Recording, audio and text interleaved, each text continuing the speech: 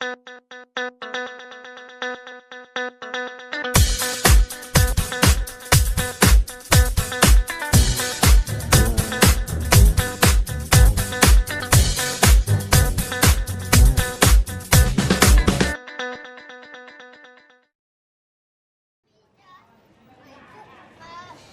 we go, we've got some coming up, let's see.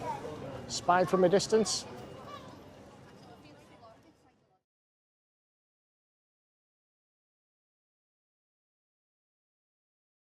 Today, I'm looking at a video from a YouTuber called Edge of the Matrix.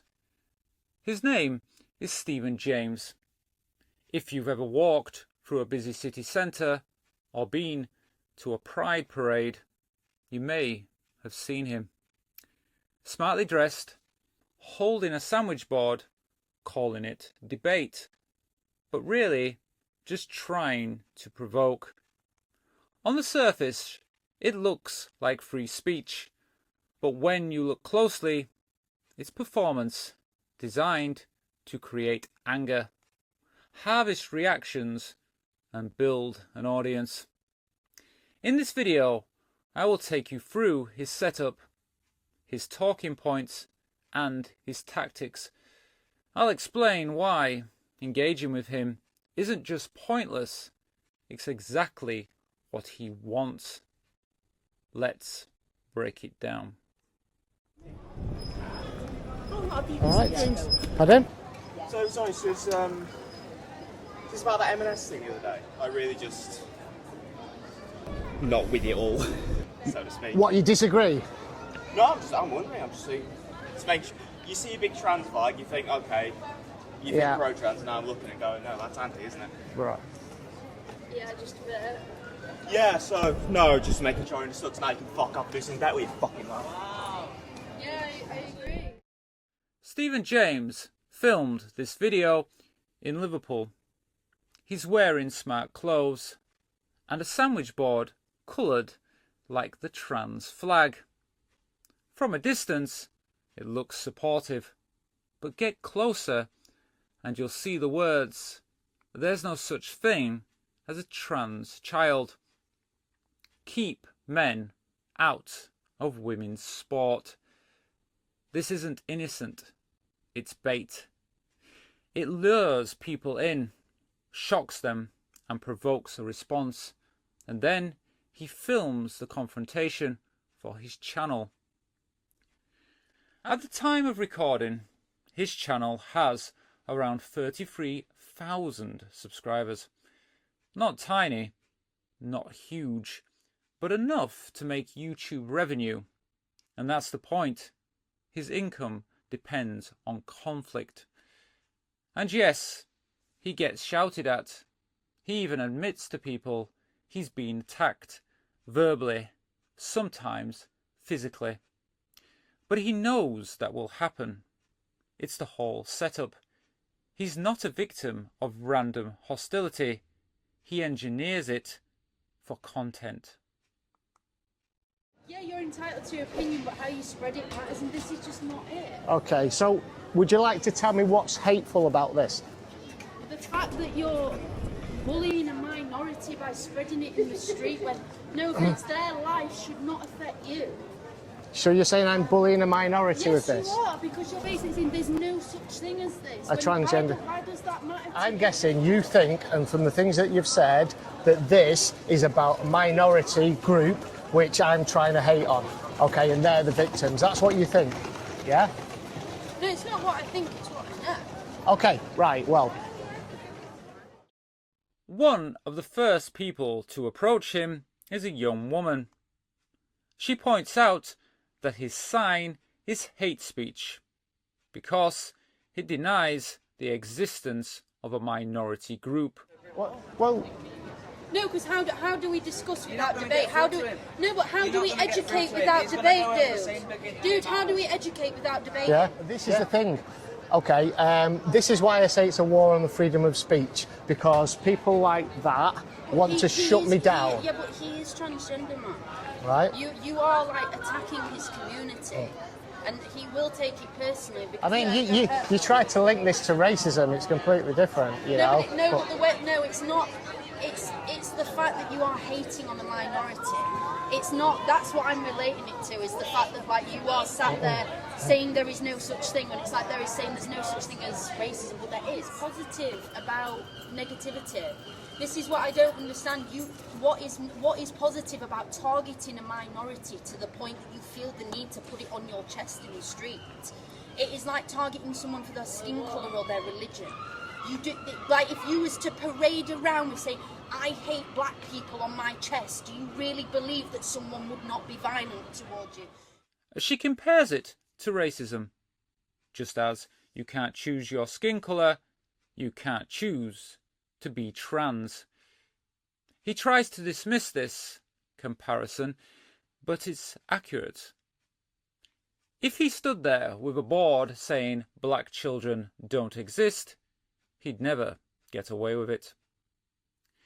Stephen insists it's free speech, and yes, he's free to stand there and say it.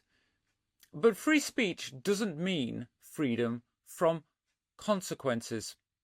And other people also have free speech, which means they are free to call him an idiot, to challenge him, and to disagree. If we didn't have free speech, his YouTube channel would already be banned, and the police would be dragging him away. The fact that neither of these things happened proves he isn't silenced. Do you want me to carry on the answer? So I said it's a fundamental war on reality, a war on the truth, and a war on freedom of speech. Because what this is doing, the war on freedom of speech is that you get shut down, and anybody with a different opinion cannot voice that opinion through fear of being cancelled or losing the job. Okay? What's important is objective reality. Okay, there has to be a reality that we all live in outside of what we think and feel. Whereas I'm saying, the laws of nature are saying that this objective reality exists outside of our thoughts and feelings. Do you think it's a choice? Next, he claims there's a fundamental war on reality, on truth, on free speech. This is pure theatre. Reality is simple. Trans people exist. Truth is that being trans is a natural part of human diversity. And, as for free speech, again, he's standing in public with a camera saying whatever he likes. The only war here is the one he's trying to dramatise for clicks. So how have we got to that stage? It's because this ideology has marched through the institutions over a long period of time, and the people that are pushing this ideology are in managerial positions. This ideology is about I feel, therefore I am. He repeats over and over that being trans is an ideology.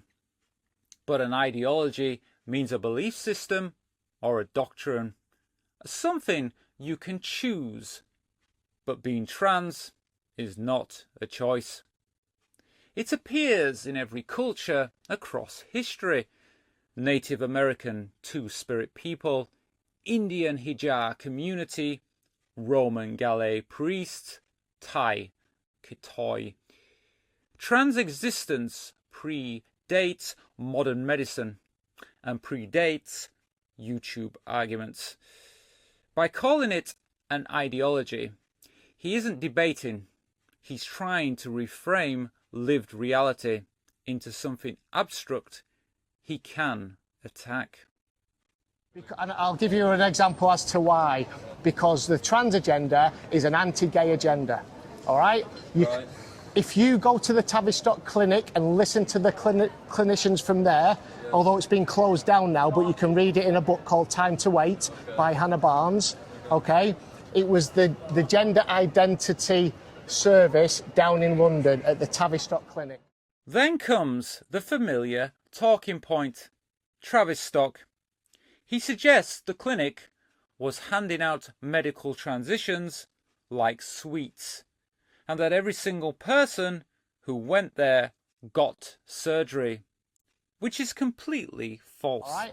And there were young kids coming into that clinic, okay, that were obviously gay. I had a young lad like that at school called David, great guy. All right, he grew up to be gay. He's had a great and happy life. If he was born in this generation and, you know, showed those feminine traits, then he would have been shipped off to the Gender Identity Service. Yeah. Right. Okay. Whatever language. Listen. And they would say. In reality, Tavistock didn't perform surgeries at all. They referred a small percentage of patients to specialist services after long assessments. He even throws out a bizarre phrase that being trans is somehow anti-gay. He claims that people were saying transing the gay away. This is not real. It's something he's invented.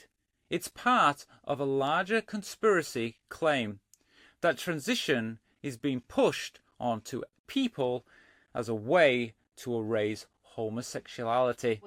They would say to him, well, you like playing with dolls, okay, you don't like football or climbing trees, you like wearing dresses, you were obviously born in the wrong body. And the Tavistock clinic got closed down, okay, because they were affirming every single child that turned up. And there was a dark joke amongst some of the clinicians there that we're transing the gay away. There's no evidence for this, but it makes for a dramatic soundbite. And then he inflates the cast review. He calls it an international investigation, where in fact it was limited to the UK and NHS. Okay. And then there was a fundamental review called the cast review. Have you heard that? The cast review? The cast review, all right. It was the biggest worldwide investigation, is that the word? Inquiry. It was the biggest worldwide inquiry into the use of puberty blockers for young children. Yeah? It wasn't a global inquiry, and pretending otherwise just exaggerates its conclusions.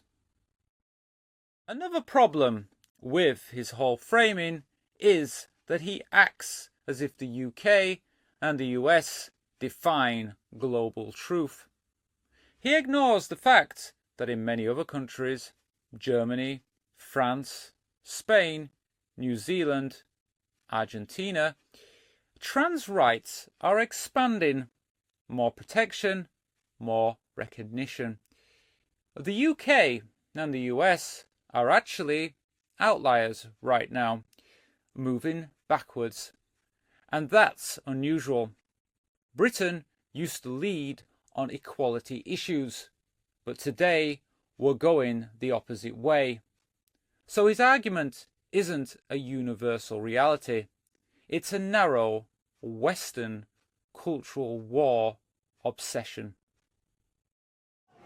So how have we got to that stage? It's because this ideology has marched through the institutions over a long period of time, and the people that are pushing this ideology are in managerial positions in HR departments. They've been through the university system listening to gender academics like Judith Butler, okay, where she says gender is a performative role. It's nothing to do with biology. And they've made this distinction between gender and sex. Stephen also name drops Judith Butler, claiming gender theory is just abstract nonsense invented by academics. But Butler's work is about how gender roles are socially constructed, not about denying biology, not about brainwashing people into transition. It's a classic strawman, misrepresenting the theory, then knocking it down for applause. Yeah, okay. Well, I started by saying to this lady, it's not about targeting minorities whatsoever. I think some of the younger people, in fact all of the younger people, are victims of this ideology. Why not? Okay, I'm saying the younger people. I say that the younger people who are being groomed online, okay, and the transgender agenda has had a 4,000% increase since 2015. Okay, and you can link it started to rise with the release of smartphones. Oops. How is that affecting you? At one point, he even blames smartphones as if kids are only trans because of the internet. But one of the bystanders actually corrects him.